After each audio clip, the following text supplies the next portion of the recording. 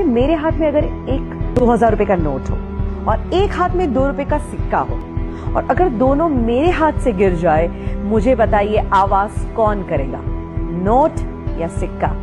Of course सिक्का। चिल्लर ही आवाज किया करते हैं। जब वैल्यू बढ़ जाती है तो ऐसी आवाजें नहीं होती। दैट मीन्स आप कनेक्ट कर सकते हैं अपनी लाइफ में। जो लोग आपको बार बार नेगेटिव बोलते हैं, कोसते हैं, समझ लीजिएगा वो चिल्लर है। तुम्हें अपना वैल्यू बढ़ाना है। क्रिकेट का खेल चल रहा हो, प्लेयर्स खेल रहे हैं और ऑडियंस चीयर अप कर रही है, चिल्ला रही है, शायद कई बार ताने भी मारती है, सुनाती भी है, आवाज तो करती ही रहती है। कोई भी खेल में आवाज कौन करता है? प्लेयर्स आवाज करते हैं कि ऑडियंस आवाज करती है? ऑफ कोर्स ऑडियंस आवाज करती है। दैट मीन्स अगर आपकी जिंदगी में बहुत लोग आवाज करने लगे तो समझ लीजिएगा आप सच्चे खिलाड़ी हो और वो अभी भी ऑडियंस ही है। एंड जब आपके अंदर ये एटीट्यूड आ जाएगा ना, आपको कोई रोक ही नहीं सकता। तो आज मैं आपको यही कहना चाहती हूँ कि दिल की आवाज जरूर सुनो एंड ऑफ कोर्स एक एटीट्यूड अपनाओ जिसे हम कहते हैं नेवर गिव अप। जिंदगी में हार मानो ही नहीं। कितने सारे लोग हैं जिन्होंने इस एटीट्यूड को अपनाया और अपनी लाइफ को चेंज कर दिया। सबसे बड़ा एग्जाम्पल है अब्राहम लिंकन। दोस्तों, उनकी जिंदगी से इतना इंस्पिरेशन मिलता है कि जो बंदा गरीबी में जन्म लेता है, इतनी तकलीफें भुगतता है, इतनी हद तक वो डिप्रेशन में चले गए थे कि कुछ समय तो उनके जीवन का ऐसा बीता कि अगर कहीं चाकू छुरियां हैं तो वो वहां से चले जाते थे, क्योंकि उनको ये डर था कि कभी मैं वो चाकू उठा के अपने आप को मार न दूं। इस टाइप के डिप्रेशन में चले गए। उसके बाद बिजनेस में फेलियर के बाद जब वो पॉलिटिक्स में आए, वहां पे भी क्या हुआ?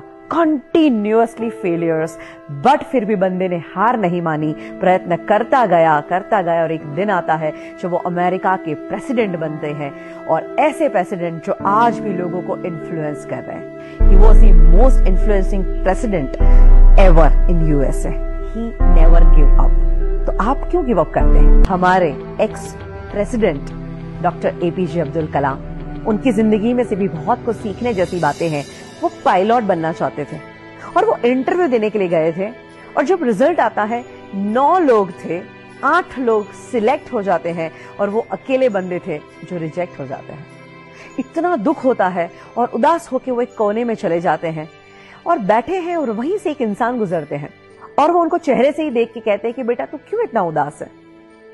ये कहते हैं कि मैं क्या करूं, आज मेरा इंटरव्यू था, 8 लोग सिलेक्ट हो गए और मैं अकेला रिजेक्ट हो गया। इससे बुरी बात क्या हो सकती है? तो वो संत बड़े प्यार से कहते कि बेटा शायद तू अभी समझ नहीं पा रहा है, पर शायद हो सकता है ऊपर वाला तुझे उससे भी बेहतरीन कुछ देना चाहता है। You never give up. ये सलाह उनके मन में बैठ गई और उन्होंने सोचा कि मुझे हार नहीं मानी। उन्हें प्रयत्न करना शुरू कर दिया और बाकी जो हुआ वो तो इतिहास आप जानते ही हैं।